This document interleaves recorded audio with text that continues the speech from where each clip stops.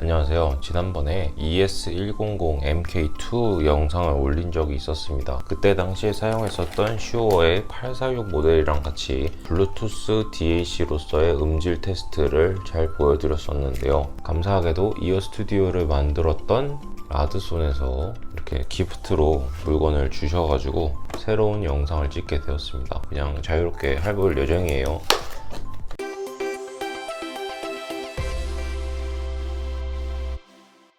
이게 출시된 지가 한 몇 년 됐지만 여전히 대체품이 없는 상태여서 구성품은 이어 스튜디오가 있고요. 아래 열면은 USB 케이블이 들어 있습니다. 설명서가 있고 ES100MK2는 이전 영상을 참조해 주시면 좋겠습니다. 보셔서 알겠지만 하나가 이미 있었어요. 그거는 됐고 제가 오늘 궁금한 거는 이 녀석입니다. HE100 하이 레졸루션 이어폰. 하이 레졸루션 이어폰 줄여서 HE라고 한 것 같은데 이렇게 아래로 내리는 방식이고 포장이 깔끔해요. 리슨 디테일.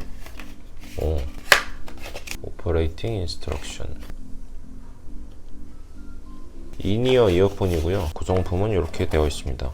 이어폰 꽂혀 있고 뽑히고 케이스가 하나 있네요. 그리고 안에 삐죽삐죽거리는 거는 이어 솜팁이랑 클립이네요. 이거는 기프트라고 준 건데 ES100을 이런 식으로 넣어서 이렇게 들어가는 거 맞냐? 좀 빡빡한데 반대인가? 이 선물의 용도의 그걸 잘 모르겠는데 이렇게 넣었던 것 같은데 빠지지도 않네. 어쨌든 뭔지 기프트를 주셨어요. 용도는 댓글로 알려주시면 감사하겠습니다. 그리고 변환 잭을 주셨어요. 변환 잭은 USB-C 타입으로 되어 있습니다. 근데 안타깝게도 저는 아이폰 유저라서 구성품은 여기는 이렇게, 이어폰은 이렇게입니다.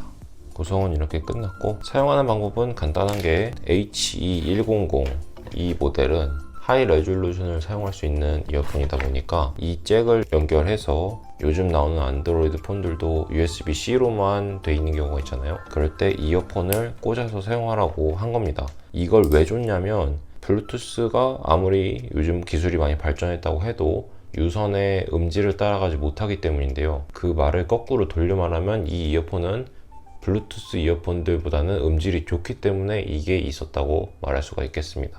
이게 하이 레졸루션이라고 써 있는데 양옆에 이렇게 되어 있고요. 좌우 대칭이라서 왼쪽 오른쪽 구분 없이 그냥 끼면 될 것 같습니다.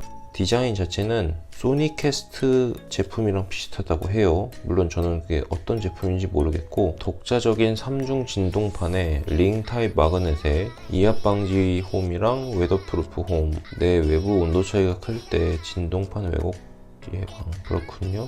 레프트 라이트는 아래에 표기가 되어 있습니다. 구분의 차이가 별로 없지만 대부분의 리모컨 컨트롤을 오른쪽에다가 두기 때문에 생김새보다는 리모컨의 위치를 보고 오른쪽을 확인하는 경우가 많잖아요. 그렇게 되어 있고 여기를 이렇게 딱 뽑아보면 노즐은 5.5mm고요. 얇은 철망으로 막혀 있습니다. 예전에 애플 인이어가 이런 느낌이었는데 오랜만에 보는 디자인이죠. 하이 레졸루션 이어폰들은 대부분 인이어 타입으로 출시가 됩니다. 헤드폰 계열로 갈 게 아닌 이상은 이어폰에서 음질을 최대로 들으려면 인이어가 가장 소리 왜곡 없이 들리기 때문이죠.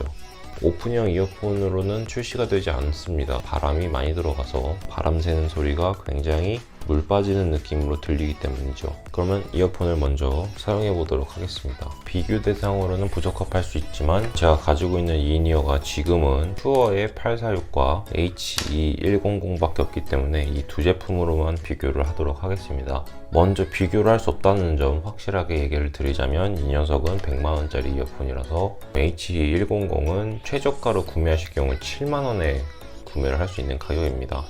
그래서 얘가 음질이 안 좋다라고 말할 수 없는 부분 부탁드리고 끝판왕인 슈어의 846과 비교를 해보자면 확실히 저음 쪽 드라이버가 부족했던 것은 사실입니다. 근데 충분히 들려주는 음이 들었고 이어 스튜디오 ES100과 같이 연결을 해서 들었을 때 블루투스로 음질이 좀 빠지는 걸 감안했을 때는 그렇게 음질이 떨어지지 않았습니다. H100은 보컬이 좀 잘 들리는 느낌이 강했어요.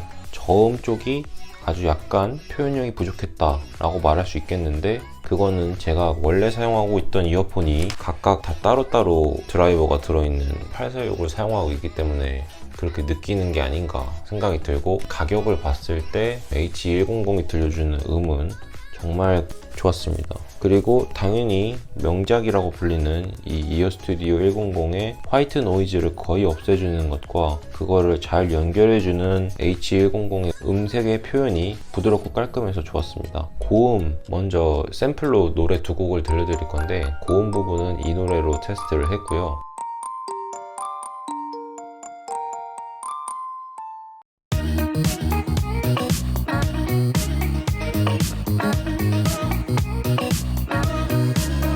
그냥 깔끔하게 들렸다.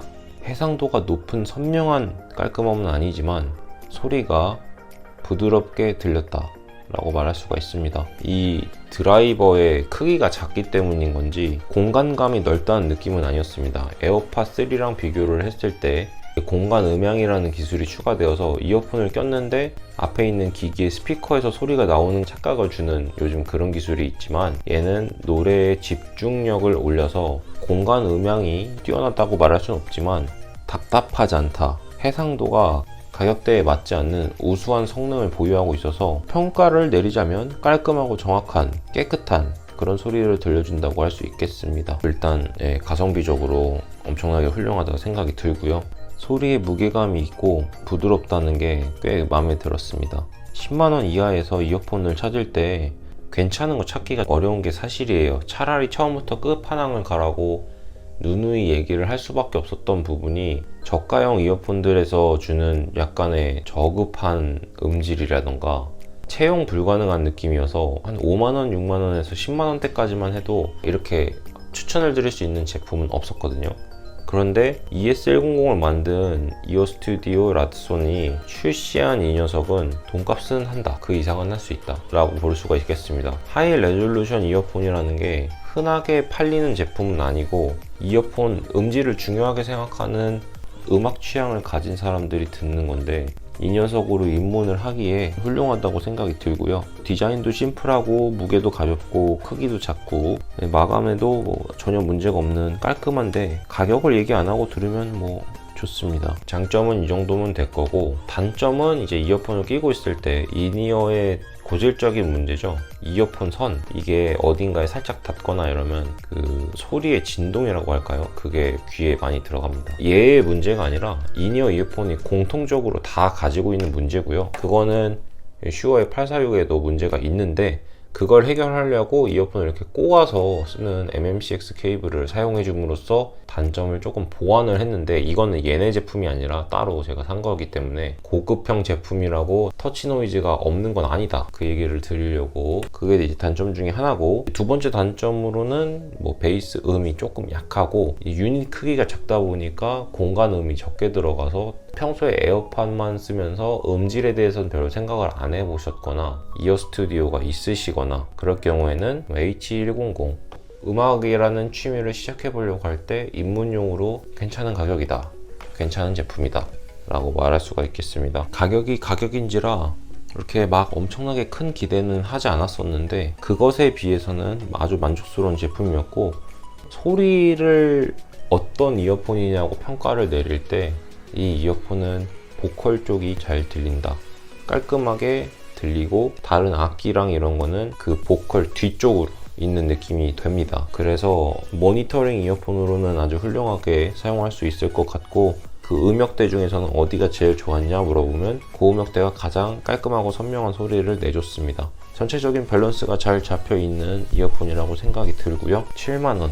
최저가로 구매했을 때 이 이어폰 가격대 성능으로는 아주 만족스러운 제품이라고 할 수가 있겠습니다. 애매한 저가형 이어폰을 사실 거면 처음부터 이런 제품으로 쓰는 것도 괜찮을 것 같네요. 영상은 오늘 이 정도로 하도록 하겠습니다. 영상이 도움이 되었다면 좋아요, 구독, 댓글 부탁드리고 전 다음 영상으로 찾아뵙도록 하겠습니다. 감사합니다.